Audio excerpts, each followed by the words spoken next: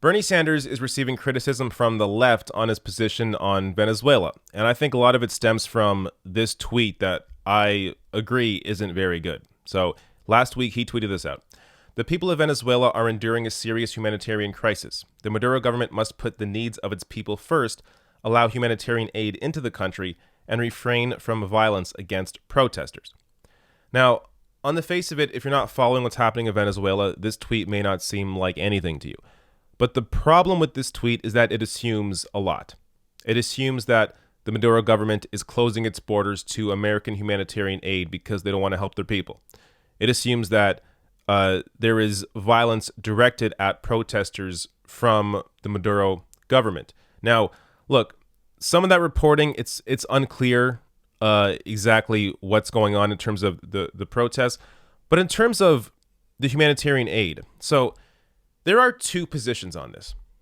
One view thinks that Bernie supports regime change in Venezuela now because he wants humanitarian aid into Venezuela. I think if you look at Bernie's history on this issue and what he's recently said about regime change in Venezuela, that idea is ridiculous. Bernie does not support regime change in Venezuela. The other side, though, this is where my critique of this tweet. This assumes it's completely irrational. So the idea that Maduro, who is currently, the U.S. is currently trying to overthrow the Maduro government in Venezuela. Why the hell would Maduro allow the U.S. to come into his country to give aid to his people when the American government is currently trying to overthrow him?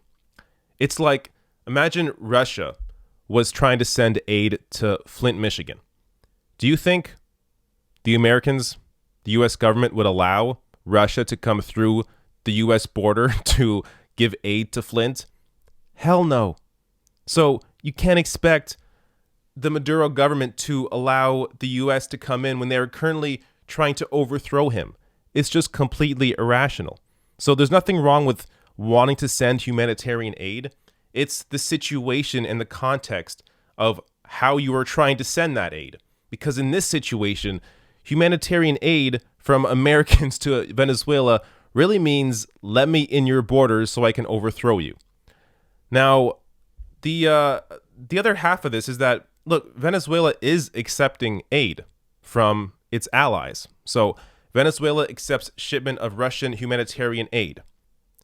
So the Maduro government is accepting humanitarian aid, just not from a country that wants to overthrow him. I think this is just it completely, if you understand the context of the situation, you can understand why Maduro does not want the U.S. to come into Venezuela.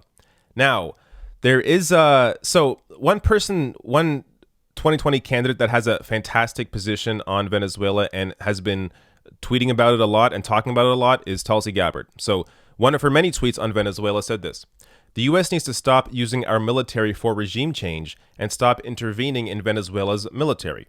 Throughout history, U.S.-led regime change has been waged in the name of humanitarianism, but has resulted in more suffering, destruction, and lives lost. Now, this, I think, is the correct position on Venezuela. And you know what?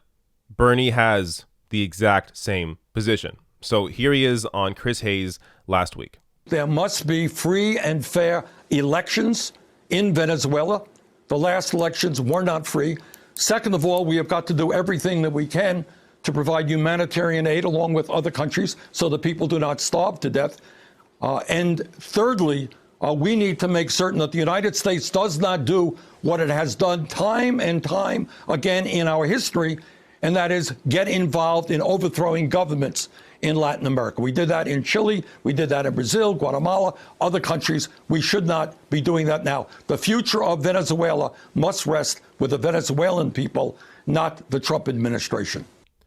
So Bernie's position here is essentially the same as Tulsi Gabbard's. Now, the first half of that video, you can fairly critique and say, well, clearly Venezuela is not going to allow humanitarian aid into their borders while the U.S. is currently engaged in a coup. But supporting humanitarian aid in general is not a problem. And the second half there, he discusses how, he's against regime change. So this is not The idea that because Bernie wants to give humanitarian aid to Venezuela, that means he wants to overthrow the government, it's just absolutely ridiculous. I mean, looking at his history on this issue, it should be clear to everyone. Now, before I go here, I want people to be reminded about why exactly the U.S. is engaged in this. So here is Trump's national security advisor, John Bolton, talking about the importance of Venezuela's oil.